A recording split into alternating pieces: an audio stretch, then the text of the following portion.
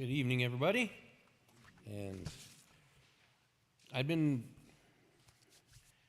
actually the first time I think I've ever given my testimony here at either church.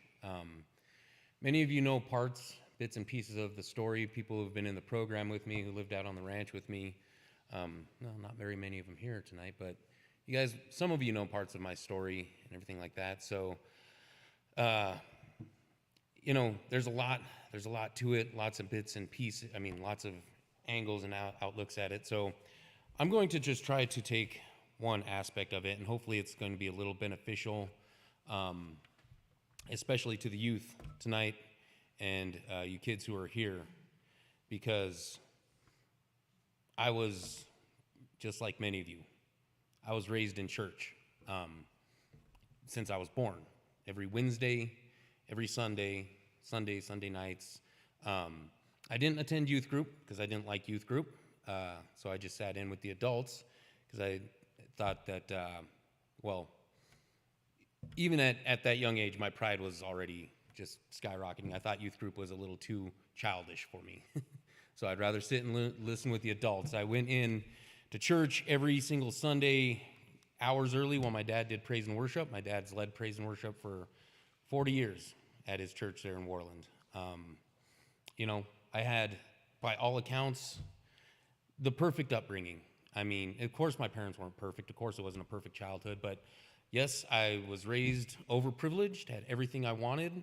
I was never abused, never yelled at, never had any hard times or hard circumstances. Our family didn't go through any times of poverty. Nothing. Yet, I still became an alcoholic. Or, as I say, I still am an alcoholic. I was an alcoholic. Because of, like that song said, who am I? Without God, without Christ in my life, that's who I am.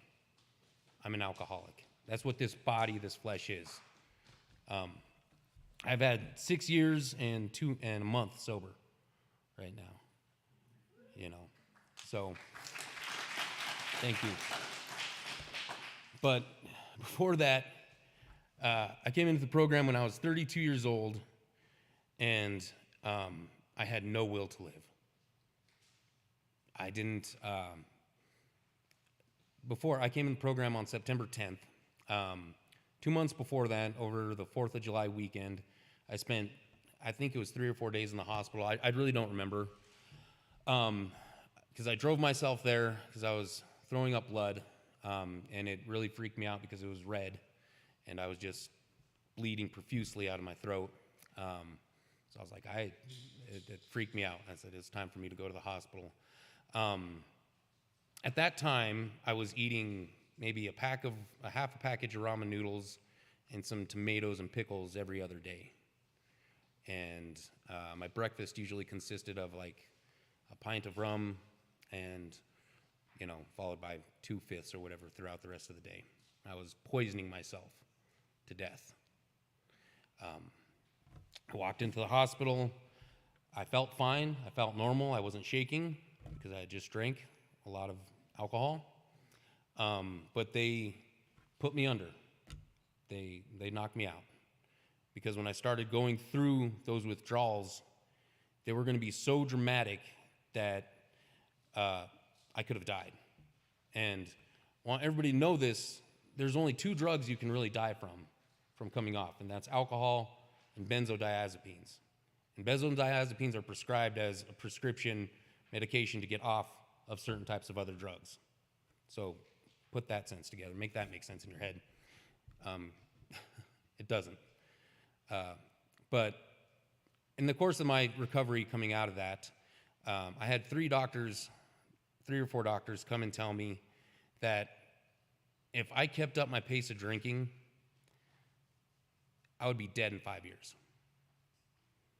And I laid there in a hospital bed, and I thought, well, I'll be 37, might make it to 38. That's a pretty good run. I'm okay with that, as long as I can keep drinking. I was laying there ready to die. just had no will to live. Didn't see any point in it.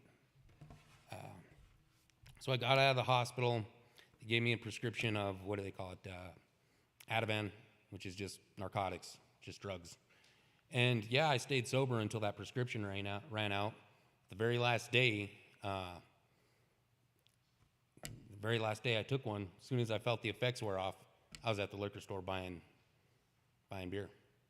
And then right after that first case of beer I drank, it was right back to hard liquor and wine. And I kept that up for 2.5 months until I met with Frank one morning, and I really don't remember much of that talk, honestly. I do know I gave you a lot of excuses, every excuse I could give. And he pretty much dragged me out to the ranch, and that was probably the best day of my life. Or not the best day of my life, but the best thing that's happened in my life, because that really saved my life. Because I just turned 38 this summer, and that was 6 years ago, so I probably would be dead now, because I was ready to keep drinking that much.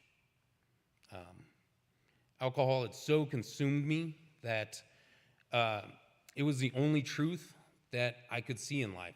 This is the level of addiction. I would wake up and think I didn't believe in love. I didn't believe there was a thing as love. I didn't believe my parents could ever have loved me. I didn't believe that God ever loved me. I didn't believe that anybody could ever love each other, that it was just a made-up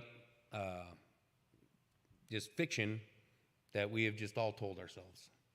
The only thing I knew is if I drank enough liquor, I was going to get drunk. And that's what I told myself every morning.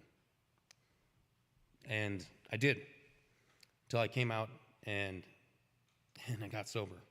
And it was the most painful thing I have ever done in my life. And not just the withdrawals, not just, DTing, sitting there in the Todd house with the flies buzzing around, no air conditioner, people moving around, dogs barking, just constant chaos, and all of it just coming down on you. That was painful, but the real pain came when you have to deal with the last 15 years of your life. And that's the real heart and soul of the program for you guys that are in there. Because winter's coming up and there's nothing to do and it gets really boring. But that's the point. You're going to have to sit and learn how to be okay with yourself and your past.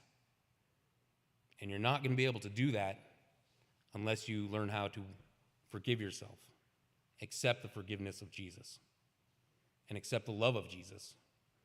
Because none of us can love ourselves, begin to love ourselves on our own, without first letting Jesus love us and teaching us how to love ourselves, and then accept that forgiveness. We have to start there. And sitting there, learning how to live, understand my past, go through it day by day by day, and then just have memories that I thought I blacked out, or that I did black out, just all of a sudden come rushing in. Things that I had forgotten 5 years ago, or then 6 years ago, just all of a sudden things that had just come rushing back. Because the last, 5 months of my addiction is one blur, could be summed up in one day. I don't have any memory of it. It's a total blackout. The last 2 years of my addiction, pretty much total blackouts of years of my life. I don't remember. And then before that, probably a decade of nights that I don't remember.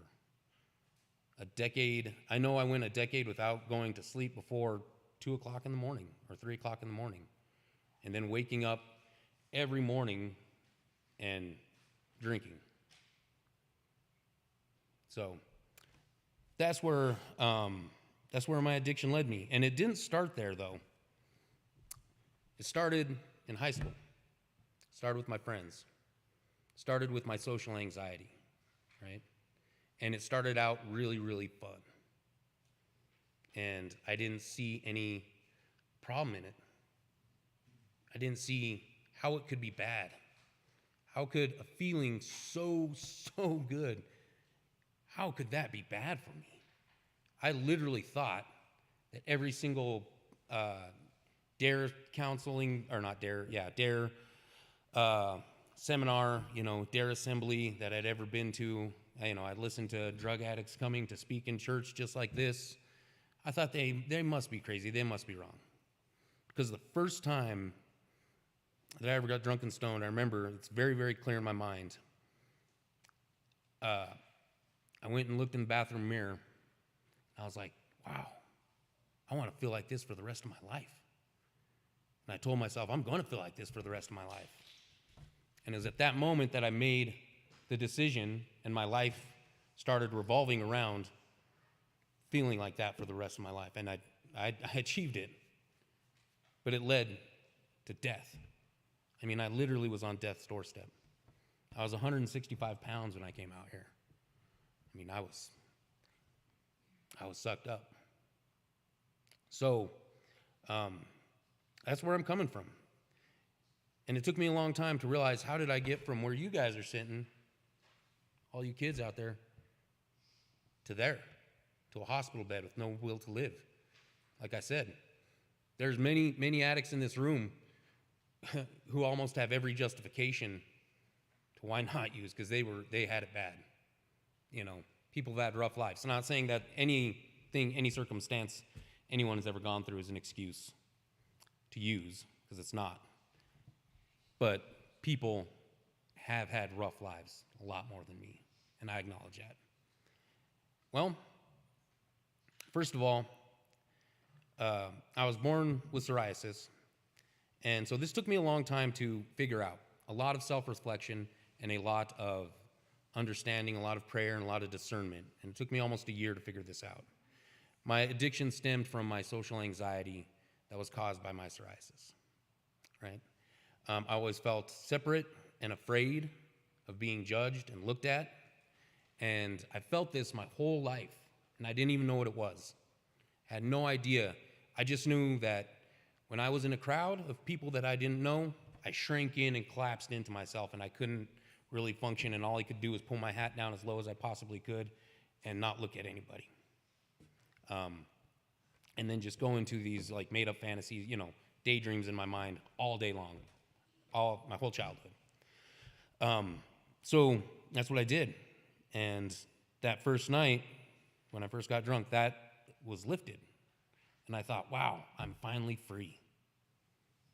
And that's the deception of addiction. If you've ever felt that, thinking I'm finally free, or have you ever gotten stoned or gotten drunk, and you felt that this is the greatest thing in the world, oh, I'm finally free, mark it, because that's a huge red flag that you are starting down a pathway of destruction, of death, because it's going to lead you into thinking that, you know what, this is the answer. And I had a relationship with God growing up. Like I said, I went to church. I read the Bible. I knew a lot. But from that first deception, slowly I was deceived into all the way thinking that God didn't even love me and that he played no part in anyone's lives. I was completely deceived. And one of the first things that in our first meeting I had with Frank, he told me that I was so far gone that I had a darkness. I don't know if you remember that, but that freaked me out. That I had a darkness in me. And maybe that was part of my motivation to really get it right. But I had to work really hard, and I did work really hard to get this to be a lifestyle. And that's what I always have to say, is that this getting sober is not just, it's not just getting sober. It's not like an activity. It's not a hobby. It's not a habit. It's a lifestyle. And that first year in the program was just a foundation to get a good idea of what to do. And I realized that the rest of my life, and that I had to get it right that first year. And when I got 6 months in, I realized it went by like that, and the next 6 months were going to go even by quicker, and I was going to be out of the program, needing a job, and not going to have that comfort and security of being able to deal with every single problem in the comfort of being out at the ranch. And I think that's my next word of warning is when you start using and you become addicted and you start that addiction process, you stop maturing. You stop maturing mentally, you stop maturing emotionally. About the only way you don't is physically. But you don't mature mentally, you don't mature emotionally, and you don't mature spiritually. In fact, you'll end up dying spiritually. And so when I went out there to the program, I had all the mental maturity of a 17-year-old, and I was 32. I didn't know how to do anything in life sober. I realized I didn't even know how to fold laundry sober or wash the dishes sober. When I renewed my license, my driver's license, that was the first time I had ever got a license and went into a government building sober. It's only by the grace of God that I did not spend years in jail for public intoxication, because everywhere I went, I was drunk. Everywhere I drove the last 5 years of my addiction, I was drunk. I 100% believe God's hand was on me and those around me to keep them alive and safe, and keep me alive and safe. Because by all rights, I mean, I could have killed a lot of people or hurt a lot of people, or ended up in prison for any number of things. And I realized that too out at the ranch after about a month of sobriety, when I really, really wanted to leave, go back to Orland. I still had 2 months on my apartment paid off, and I was like, I could just go back there, and then I thought, and do what? Drink. That's it. That's all I was going to do. And there was this, I remember it was the first time that the Holy Spirit really spoke to me clearly, and it said, okay, but my protection is going to be off of you. And that terrified me. Because in an instant, I realized everything that God had protected me from in the 15 years I had been drinking and drugging. And I just didn't start out drinking either. I did a ton of drugs and everything like that. And it was just, alcohol was always the mainstay. And when I understood that God's protection was going to be off of me, that scared me to staying. Because I had almost died or could have gone to prison or jail or anything so many times, and I didn't. And I knew that I was already one step away from being homeless. That summer before I came out, I was like, well, if I lose this apartment, I can just, I got my tent and I got my camping gear, and I'll just go down by the river. And I did not see the insanity in that. I thought that was a very viable way to live. I can go to friends' houses, or my parents' house. I didn't have any friends. Again, that's how alone and separated I was from everyone. I didn't have any friends. I couldn't go to my brother's house. Couldn't go to my mom's house, actually. I could only go to my dad's house. He was the only person that would really ever let me be around. So that's where all that had taken me. So that's where I'm coming from, and that's really the risk any of you kids run. None of you know if you're addicts or not. That could be in your future. You can roll the dice every time, and every time you go to a party, every time you go around out there, hang out, and it's coming up,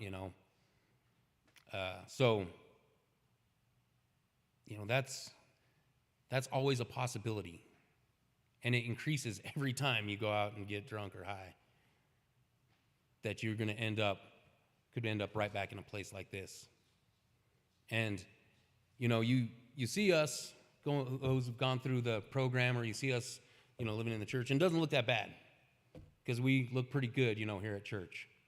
But what you don't see is grown men crying themselves to sleep at the Todd house, screaming, struggling, you know, taking sledgehammers just to pound rocks and anything they can get their hands on because they can't deal with life. They can't deal with what's going on, you know.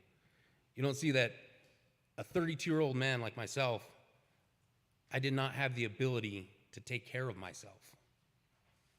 I'm not trying to beat us up who's gone through the program. It's just reality for us, right? Okay? We didn't have the ability to even make good decisions for ourselves. We couldn't even take care of ourselves, to feed ourselves. That's where that slavery and bondage has taken us, of addiction.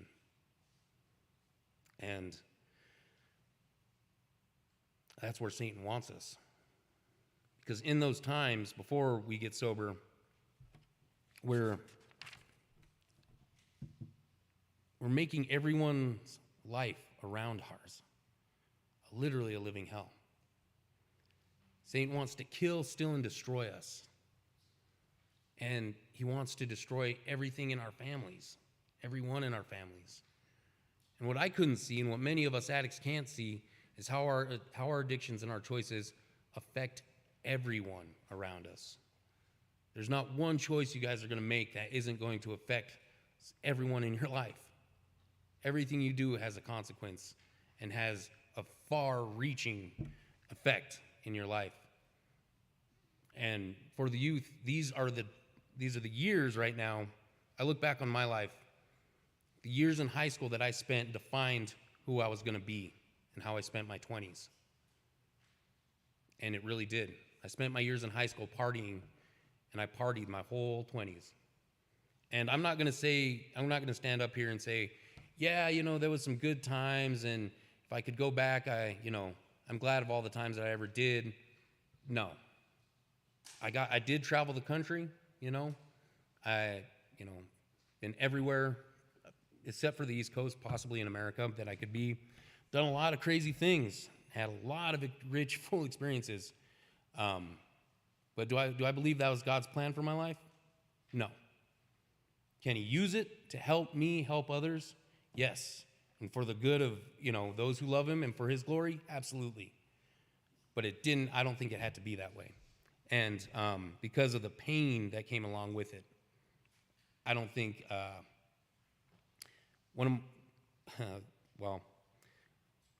this used to be a favorite song lyric of mine.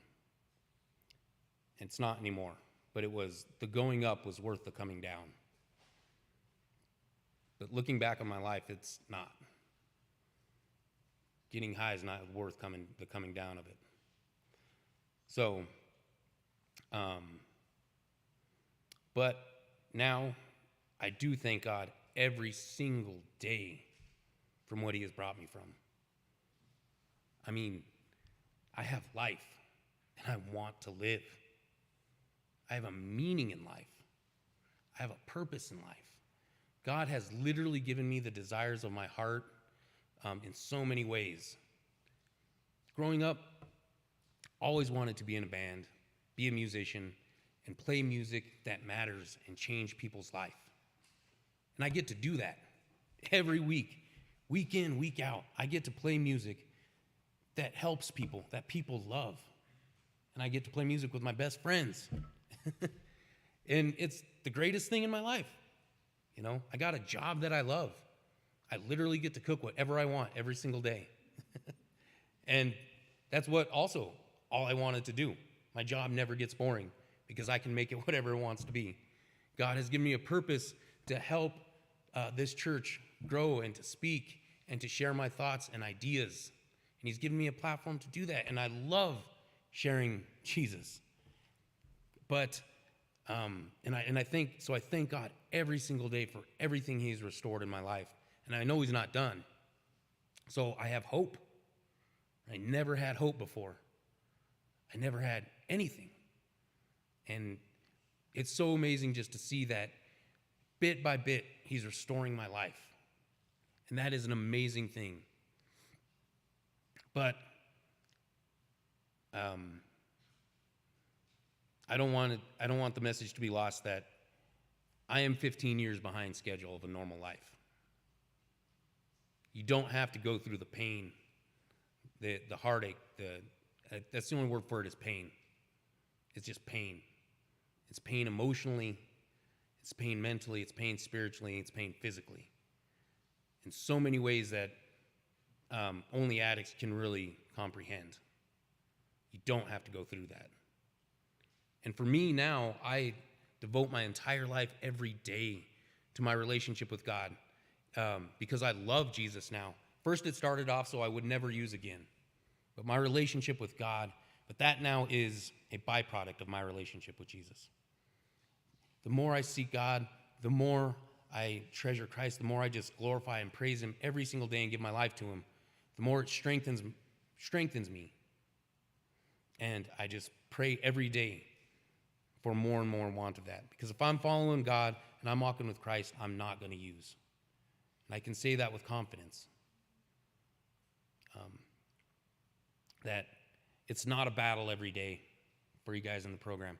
It's not going, if you stay with Christ, walking with Christ every single day, all day, it doesn't become a battle. The battle ends, and then you're just with Jesus. And then there's life, and there's peace, and there's joy, and there's happiness, and there's contentment. So, again, that's just a little bit of my testimony, where I came from, and what I've gone through, and the way it is now. So, thank you all very much.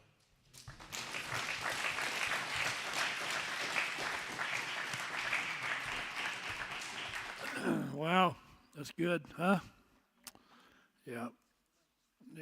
Well, at the end there, he talked about the battle or the war, and and really one of the great things you, as a child of God, you have to remember is, in reality, many of us are still fighting a war that we've already won. Okay, quit fighting the war, and trust God, and give him the glory. And you're going to be okay. You're going to be just like Levi someday. Everything's going to work out. You don't have to go through the pain. He explained that to you clearly.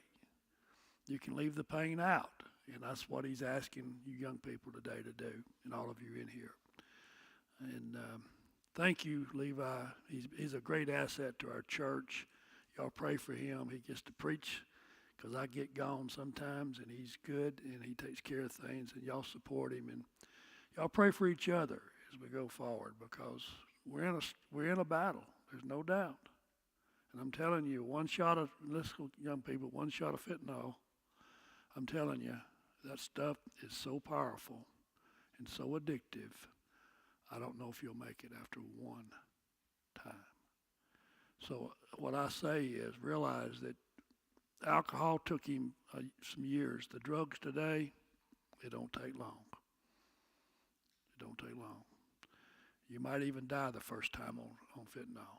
And it is the drug now of choice. You can buy it, it's cheap, and it's probably what you're going to get. You might not know it, but you're going to get it. So the only solution we've got is to say no. Learn the power of no and live it. Listen, life is not about doing what you want to do. Sometimes you have to do what you even don't want to do, and sometimes no is a good answer. Amen? We'll see you on a Sunday. Thank you.